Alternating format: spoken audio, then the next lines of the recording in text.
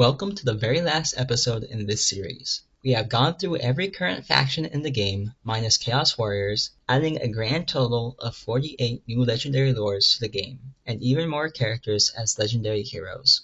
But in my ideal version of this game, it doesn't end there.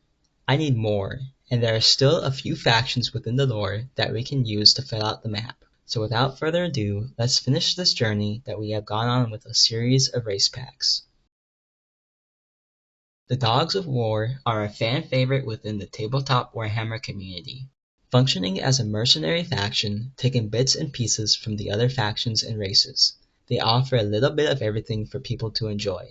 They were a part of the Legend leak that came out a while ago, and while that leak seems to have been incorrect for the most part, the Dogs of War's introduction into the game does seem very believable.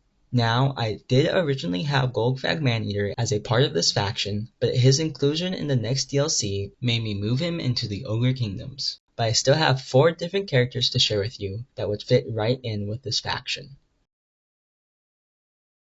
Talia has their fair share of ruthless warriors, Bergio the Besieger being one of them. The ruler of Miragliano, he led the city into a prosperous future. He has fought many battles and is an expert tactician. Eventually, his enemies decided it was better to hide behind their walls rather than face Bergio in an open field.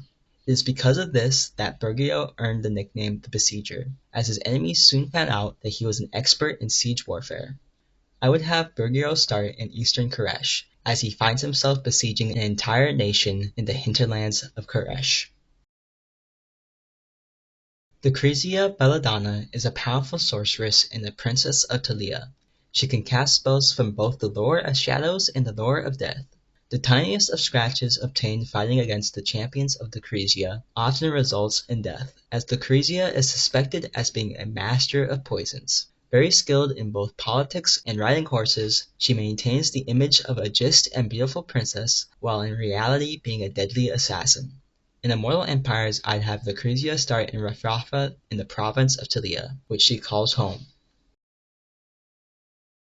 We've talked about Talian characters, but I think an Estalian character could be worked into the Dogs of War as well. Estalians don't get nearly as much lore as Talians, and so I'll just name off a few characters who could be further fleshed out as a true representative of Estalia. Juan Franco is the leader of the Order of the Righteous Spear, who has a rivalry with the nation of Araby. Carlos IX is the current ruler of Magrida. He is known for his hatred of pirates and love of merchants. Finally, Captain Hernan is the leader of the Estalian navy. He made a name for himself hunting the pirates that roam the seas around Estalia. Personally, I think Hernan has the most potential, but no matter who is chosen, I think they should start in Magrida.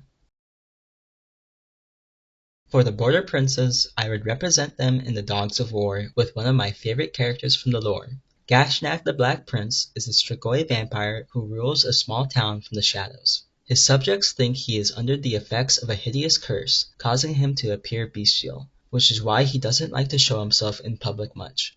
But they adore their prince, and do not suspect his vampiric bloodline. He feeds on only the enemies of his kingdom, taking after the rules of Avarash.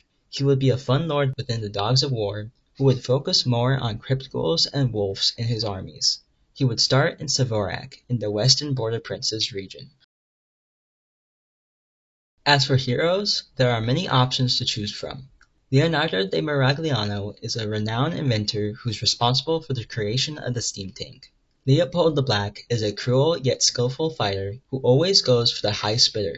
He would not hesitate to turn on his allies if their enemies made him a better offer. Finally, Hrothgar is the rival of Goldfag Maneater. The two are polar opposites in terms of personality, with Hrothgar being far more orderly than the boastful Maneater. He even came to the defense of Nuln when the Skaven attacked from the sewers, and accepted payment in black powder instead of gold for his service.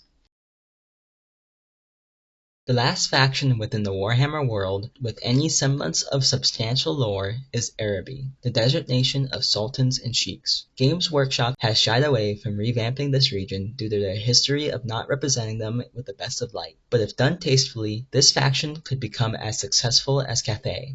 There are a few big-name characters who I would love to see enter the game in some shape or form, if not within Araby, perhaps within the Dogs of War.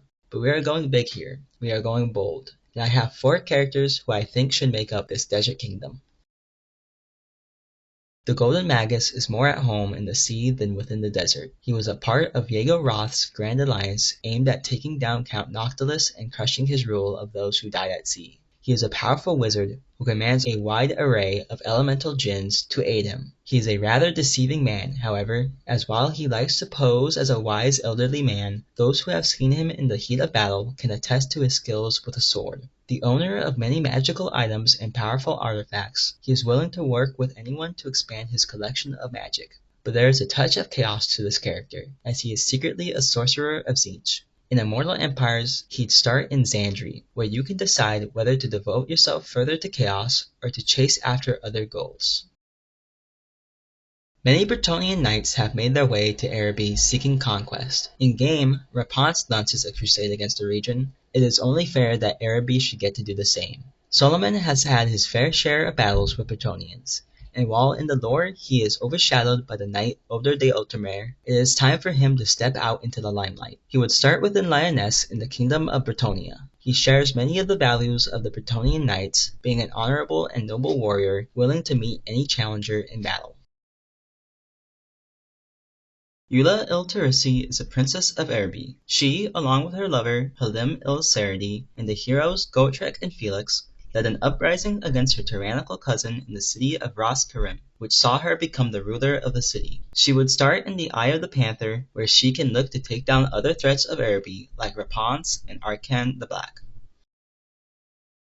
Finally, within the settlement of the Great Desert of Araby, we should get a Sultan character as a lord. The leader of all of Araby, he would be the one to represent the faction the best. The reason why I don't have a named Sultan character here is because all the named ones fall into the trope of being mad or crazy, and are the bad guys of their stories. I would make up a brand new character, one free of the past choices the Games Workshop had made. Of course, they could still be enemies of Bretonnia and the Border Princes, but make someone who has goals and motives that align with his people, a true leader of Araby. I don't want a mad tyrant to represent a faction that is so heavily based on a real culture. So if Araby does ever happen, this character would have to be done right and receive the correct care in crafting his lore. There are still a few named characters of Araby who I think could make for good heroes. Ibn Jalaba was an explorer from Araby who ventured deep into the Southlands looking for trade routes. He met the Lizardmen there and fought alongside them in a battle against the undead. Carmel is one of the last known powerful jinns of Araby. She can appear in multiple forms, and she knows many forgotten secrets and ancient knowledge. I think the idea of a jinn hero would be really cool, and Carmel would work in that role, but I would adjust her name so that it doesn't sound so similar to the word caramel. Finally, Tazadis of Araby is a sorcerer and alchemist. He had control over many harpies and rode on the back of a chimera into battle. He fought alongside Talia against Estalia over the city-state of Tobaro. Araby could be a very interesting nation to see enter the Warhammer world, but it would have to be done in a respectful way. Games Workshop and Creative Assembly have proven they could do this with the reintroduction of Cathay, so I believe that they could do it again if they really wanted to.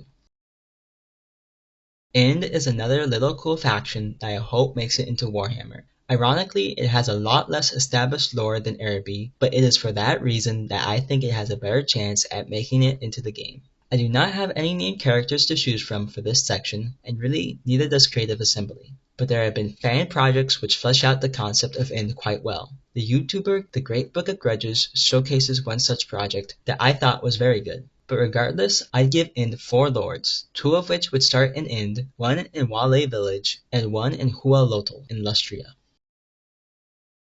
Speaking of the home of reptile men, the Nagas are another race I'd absolutely love to see in Total War Warhammer 3. There's just something about the Snakemen that is so interesting. With the recent release of the Blood Bowl Snakeman model and the inclusion of Koresh in the Immortal Empires map, I'm still holding out hope for these snake warriors. I do hope they aren't fully chaos aligned though. I'd much rather them be their own thing, still an enemy against the civilizations of man, but not devoted to chaos, like the Greenskins for example. Another force for destruction. I would add 2 Snakeman lords in the hinterlands of Koresh, where they call home, and 1 lord in the Copper Landing in Lustria, where they can battle against their distant reptile cousins. Finally, just for fun, maybe a more chaos-aligned Naga could start in the Altar of Facades. Or maybe they are there in search of some ancient artifact for their own purpose, fighting demons along the way. And that's it! I have covered absolutely everything. There is no glaring omission or very important character missing. I have gotten to all of them.